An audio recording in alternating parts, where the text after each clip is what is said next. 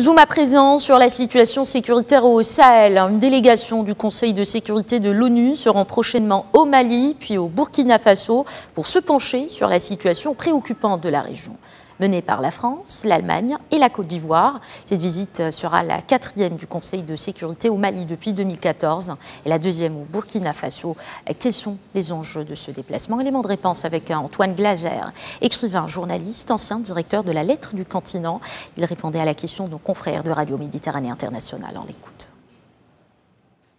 Il y a une mission du Conseil de sécurité des Nations Unies, c'est qu'il y a une prise de conscience des problèmes, de la dangerosité de tout ce qui se passe dans toute cette région. Je veux dire, c'est plus d'une centaine de soldats, des casques bleus qui ont été tués dans cette région. Je pense qu'il y a une vraie inquiétude. Ça veut dire que ça soit l'opération Barkhane française où les forces des Nations Unies apparaissent de plus en plus totalement offshore par rapport aux réalités du terrain. On en parle très peu, mais finalement, il y a de moins en moins de présence en particulier des humanitaires. Plus personne ne peut circuler. On a vraiment l'impression que finalement les forces extérieures sont offshore et en particulier les Nations Unies commencent à s'interroger réellement sur leur présence et sur leur efficacité et sur ce qui se passe. C'est horrible à dire, mais c'est 15 soldats maliens qui ont été tués il y a quelques jours, 3 enlèvements il y a 48 heures. Donc on en parle très peu parce que ça paraît comme ça pelliculaire vu de l'extérieur, mais c'est extrêmement grave dans toute cette zone sahélo-saharienne.